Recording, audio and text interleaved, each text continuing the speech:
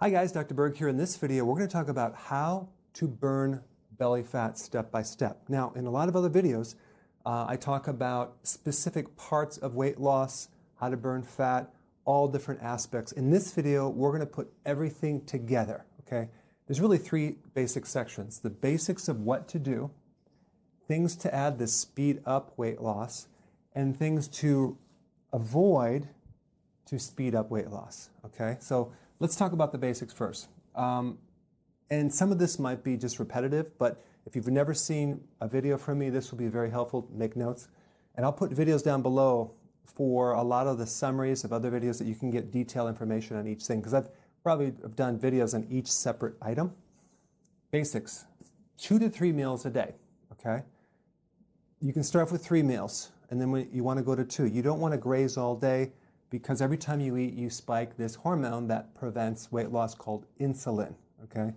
So eating in general will stimulate that, so we want minimum 3 meals a day, or maximum 3 meals a day, minimum 2 meals a day. So some people go to 2, and I'll get more into that when we get into this next part right here, which is no snacking. So when you have 6 meals a day or 5 meals a day and they're small and they're spread out, or you're snacking between meals, you're going to spike insulin. We don't want to do that. That's going to create a big problem for you. So removing the snacking is vital, very, very important. It's called intermittent fasting, okay? Now, right here, I suggest you start with 3 meals and then do that for a while, get into ketosis or fat burning, and then go to 2 meals if you can do it, unless you can't do it because you're working out hard and you need 3 meals a day. I would say it's 50-50. If you're sedentary, you can get by with 2 meals a day, and you will lose some serious weight in your midsection. Insulin is the hormone that is responsible for the midsection weight. So 3 meals, no snacking.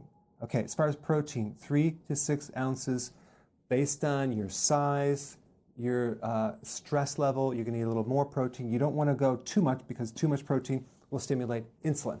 Okay, 3 to 6 ounces per meal.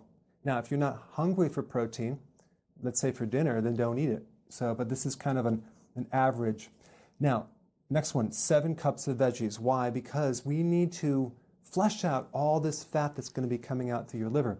All the fat through the body has to go through the liver, and if you don't consume enough vegetables, you can end up with a fatty liver. Plus, vegetables give us the potassium we need. We need about 4,700 milligrams.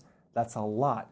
So that's about 7 to 10 cups. Very few people do that, but you want to consume the vegetable first and have a huge salad and then a small amount of protein. Now, next one is no sugar. This is a given because sugar increases insulin, and also I'm talking about the hidden sugars, the breads, pasta, cereal, crackers, biscuits, waffles, pancakes, muffins, alcohol, okay? So we want to cut the sugar and refined carbs out. Next one, healthy fats. This is essential because when you consume fat at the end of the meal, that allows you to go to the next meal without being so hungry and craving and starving that your blood sugars crash. So this basically allows you to do 3 meals or 2 meals without being hungry, thereby not increasing insulin. Fat is one of the only things that does not increase insulin. It's neutral, so this is safe. If you're worried about calories, I put some links down below. Okay, these are the basics. Now, if we want to speed things up, we can add some MCTs to the diet. That's like in coconut oil, medium chain triglycerides. That will increase fat burning. Next one is potassium. Why? Because at the heart of weight loss, we want to avoid insulin. And so most people that can't lose weight have too much insulin. They have insulin resistance, so we want to fix that. Potassium is one of the ways to do that. You can consume all these vegetables or even take it in some supplement, potassium citrate, to actually heal the aberration or dysfunction of insulin. Next thing is apple cider vinegar. Why? Because the acid in apple cider vinegar, called acetic acid, does improve the output of insulin. It reduces insulin. It improves insulin resistance. It lowers your blood sugars. So it's very good for diabetics. And take this 1 in the morning, 1 teaspoon with a glass of water, and 1 before bed, or with your dinner if you have digestive issues. Very important. Chromium. Again, you can find a supplement with chromium to help your blood sugars. Chromium is a mineral that actually has been proven to help insulin. Again, keep it in check. B vitamins, another key thing, especially vitamin B1, for regulating insulin control and improving insulin resistance. Nutritional yeast is your go-to. Okay, next one is high-intensity interval training. If you add high-intensity full-body resistance training, you're going to spike growth hormone and you're going to speed up weight loss. The key is short bursts of high intensity, lots of rest. Okay. Again, I'll put some videos down below to get specifics on that, but this one is, this is the icing on the cake. Okay. Next one is more sleep. Adding more sleep. Why? Because growth hormone is triggered when you're sleeping, and that is the primary hormone that stimulates fat burning. So more sleep. So if you could just take a nap, sleep in longer, get an extra hour of sleep, that goes a long way. That's more important than high-intensity interval training. Sleep is the key, okay? Now, next one is recovery, making sure that if you are doing high-intensity interval training, that you're recovering after. You're not doing it every day. Some people need to do it every other day, some people every third day, some people once a week, depending on how you feel when you work out. If you're fairly broken down, then you're overtraining, okay? So recovery is essential if you're exercising. Now, let's take a look at what you need to remove. This is just as important as this, okay? Remove any type of sleeping issues, insomnia, vital. Why? Because you're not going to lose weight if you're not sleeping. All right? I put a video down below of what to do if you're not sleeping. There's a lot of things you can do. It's mainly stress. Bloating. If you're bloating, let's say you're consuming too much kale or too much cruciferous vegetables that you're not used to consuming, and then you're bloating, that is going to slow down weight loss. So you're going to have to go back to the vegetables that you can digest and maybe even steam some until the bloating goes away. Also, people consume too many nuts. That can create bloating.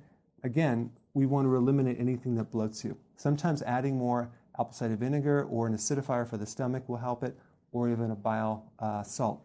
Purified bile salt. I'll put some links down below for bloating. Okay, menstrual cycle issues. If your cycle is 2 weeks out of the month, you're not going to lose weight because the high levels of estrogen. Estrogen blocks the thyroid. Estrogen creates fat on the hips and the thighs. And we need to handle this cycle so it's really smooth. Again, I put a link down below of what to do for that. This is kind of like a little bit of an assessment for you to see what areas you have problems with, okay? Some of these don't apply. Okay, stress. Mainly, you want to get a list of all the people you know that stress you out and avoid them for a while. You want to avoid the news. You want to avoid stressful situations.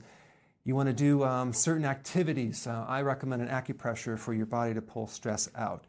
You want to do everything you can do to enhance the reduction of stress because cortisol is triggered and cortisol will stop your weight loss. So I will put some links down below. All right, MSG, what is that? Monosodium glutamate. That's in a lot of foods. Start looking at the labels. It's in, it's in even cottage cheese, unless it's organic. It's in all the fast food restaurants, all their foods. It's in Chinese foods, but it's hidden as modified food starch, okay? Again, I'll put a video down there, very important. Restaurant foods. You don't know what you're getting. It's a crapshoot. There's so many things they put in that food that you have no idea. And primarily hidden sugars, MSG, to make it taste better. But inevitably, people go out to dinner way too much, and that is what's keeping them from losing weight. Not to mention, what do they bring you? They bring you bread, they bring you dessert, they bring you alcohol. Okay, so it's really difficult to do this when you're going to restaurants. Next one is avoid overtraining. If you're at a boot camp or you're working out too hard and you're not recovering and you're not sleeping, you're not going to lose weight. You're going to lose muscle mass. So this is very, very important, especially when you start out because you're not used to it. Last thing is constipation. I have people that don't even go, maybe they go once a week or once every 2 weeks. That is a serious constipation problem, and that is going to stop your weight loss. Again, I have a lot of videos on getting to the root cause of that. Okay, I'll put them down below.